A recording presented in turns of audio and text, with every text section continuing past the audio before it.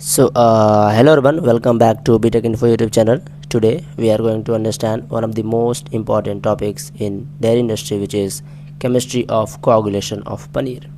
So let's start with some basic concepts like casein and kappa casein. If you know about them, then you can skip this. So first, casein micelle structure in milk.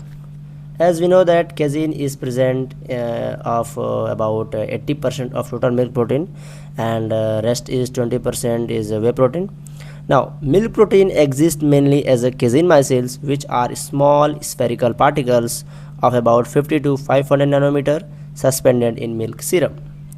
Casein micelles are composed of alpha S1 casein, alpha S2 casein, beta and kappa casein. Along with colloidal calcium phosphate, CCP act as a mineral bridge, holding casein micelles together and maintaining micelle integrity. Now, role of kappa casein. As we know that kappa casein is present on the surface of casein micelles and forms a hairy protective layer. This layer provides the stability through electrostatic repulsion and steric stabilization.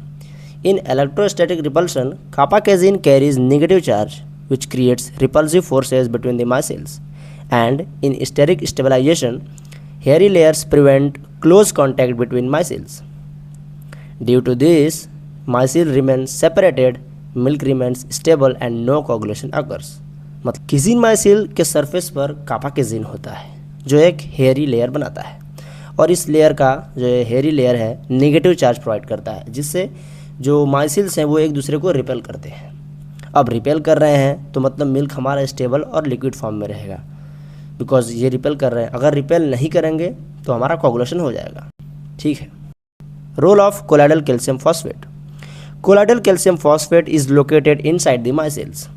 It functions as a mineral bridge connecting micelle molecules. Functions of CCP: maintains micelle integrity, links casein proteins together and provides structural strength. And CCP contains calcium, phosphate and some minerals. Okay?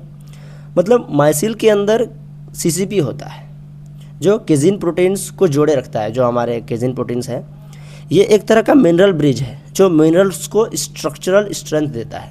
मतलब हमारा जो CCP है वो minerals को structural strength देता है और ये सबको जोड़े रखता है.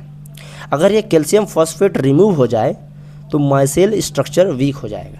मतलब हमें दो चीज़ें ध्यान रखनी है. एक तो हमारा जो हेयरी लेयर था कापा केजिन, वो नेगेटिव चार्ज रखता है. अगर वो नेगेटिव चार्ज को हम जीरो कर दें तो हमारा जो ये रिपल्सन है वो नहीं होगा. और उसके बाद अगर ये हमारा CCP जो है, जो एक मिनरल ब्रिज बनाया है, जो मतलब प्रोटीन को जोड़े रख रहा है, अगर इस CCP को हम तोड़ दें, इस कैल्शियम को अगर हम यहाँ से रिमूव कर दें तो क्या होगा. अगर इस कैल्शियम को हम यहाँ से रिमूव कर देंगे तो हमारा माइसेल स्ट्रक्चर वीक हो जाएगा.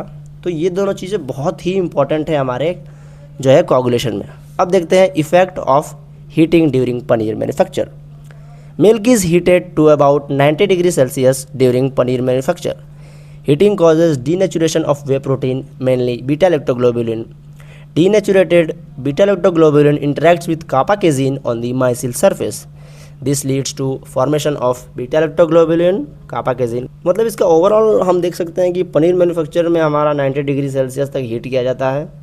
इस हीटिंग से वे प्रोटीन हमारा जैसे बीटा लैक्टोग्लोबुलिन है वो डीनेचर हो जाता है 90 डिग्री सेल्सियस पर, और डीनेचर होने के बाद जो कापा केजिन के साथ इंटरेक्ट करके कॉम्प्लेक्स बना लेता है. इससे क्या होगा, वे प्रोटीन पनीर के अंदर ही रिटेन हो जाता है और पनीर का यील्ड इंक्रीज होगा. मतलब जो हमारा वे प्रोटीन भी है वो भी हमारा जो कोगुलेशन है, कोगुलम है, उसी के अंदर रिटेन हो जाएगा. अब देखते हैं effect of acid addition. Paneer coagulation is achieved by adding acid such as citric acid, lactic acid. Addition of acid causes decrease in pH.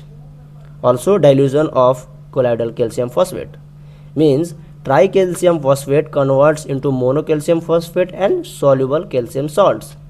और ये क्या करेगा, रिमूव कर देगा मिनरल ब्रिज को.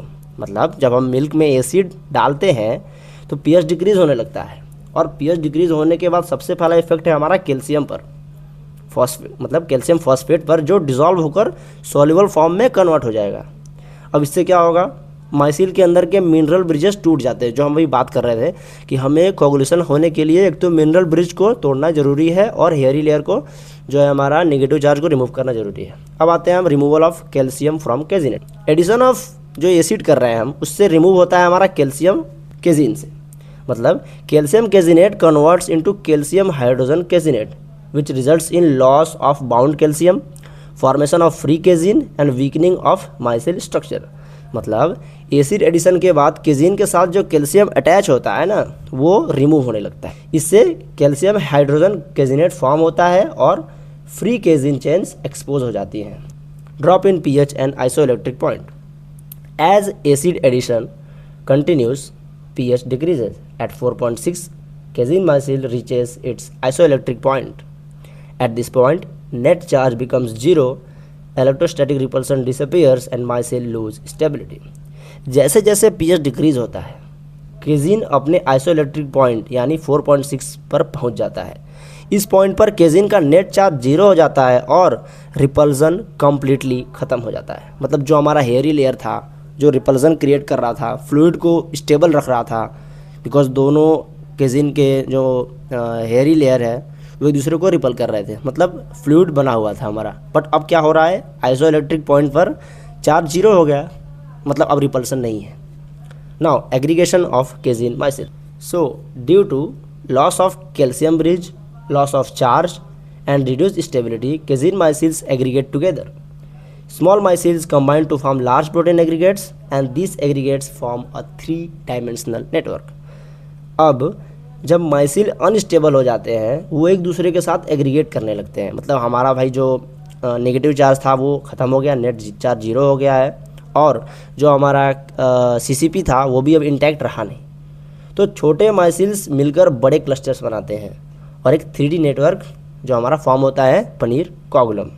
नाउ फॉर्मेशन ऑफ पनीर, मतलब जो हमारा नेटवर्क बना है प्रोटीन का, इसके अंदर मिल्क फैट और वे प्रोटीन ट्रैप हो जाते हैं और सॉलिड कर्ड बन जाता है। आपको ये वीडियो कैसा लगा कमेंट में ज़रूर बताइएगा, और ऐसी एजुकेशनल वीडियोस देखने के लिए हमारे चैनल को सब्सक्राइब जरूर कीजिएगा। धन्यवाद।